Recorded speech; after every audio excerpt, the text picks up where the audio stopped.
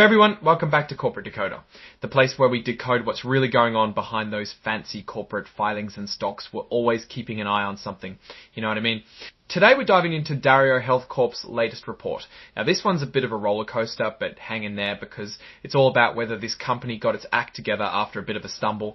So what is this 8K form all about? Think of it as a current report filed with the SEC, basically telling everyone about any big important stuff that happens between their regular financial reports. It's like a company's day-to-day diary entry for the important stuff. This particular report is dated September 12, 2025, and it's telling us about something that happened right around that time. We're talking about DarioHealth Corp. This is a company that provides digital health solutions, aiming to help people manage their health through technology. They've been working on managing chronic conditions and offering telehealth services.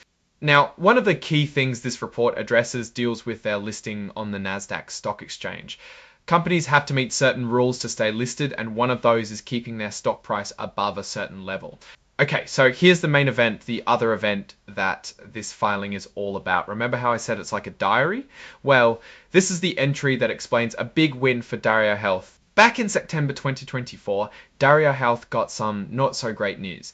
They received a letter from the Nasdaq staff saying they weren't meeting the minimum bid price requirement. This means their stock price had fallen too low and they were at risk of being delisted, which is basically getting kicked off the stock exchange. That's a big deal for any publicly traded company. But fast forward to September 12, 2025, DarioHealth got another letter from Nasdaq, and this one is good news. For a specific period from August 28 to September 11, 2025, their stock price managed to stay at $1 or higher for 10 consecutive business days. This is a crucial win. It means DarioHealth has successfully met Nasdaq's minimum bid price requirement and is back in compliance. The issue is officially closed. This is a huge relief for the company and its investors because it means they can continue to be traded on the Nasdaq, which provides liquidity and visibility. And to wrap things up, this report is signed off by Chen Franco Yehuda, the Chief Financial Officer, Treasurer and Secretary. This signifies that the company officially acknowledges and confirms the information presented in this filing. It's a formal stamp of approval from their finance leadership. So what does this mean in the grand scheme of things for DarioHealth? Well, staying listed on a major exchange like Nasdaq is vital. It allows investors to easily buy and sell their stock, and it gives the company access to capital markets for future growth.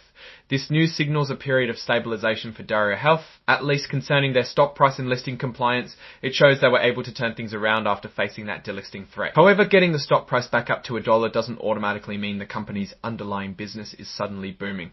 It's like getting your driver's license back after it was suspended. You can drive again, but you still need to drive safely and make good decisions. The real test for DarioHealth will be their continued performance, their ability to grow their business, develop their digital health solutions, and ultimately prove their value to the market over the long term. This compliance win is a positive step, but it's just one piece of the puzzle in their journey as a public company. They need to consistently deliver value to investors and patients alike. Alright, that's our breakdown of DarioHealth's latest filing. What's your take on these numbers and what they signal for the company's future? Do you think this compliance win is a sign of better things to come, or just putting a band-aid on a bigger issue? Drop your thoughts in the comments. If this analysis was valuable, hitting that like button really helps, and subscribe for more deep dives. Don't forget to check out our Discord channel linked in the description below. It's a great place to connect with other finance enthusiasts and get even more decoded insights. Thanks for watching. See you next time.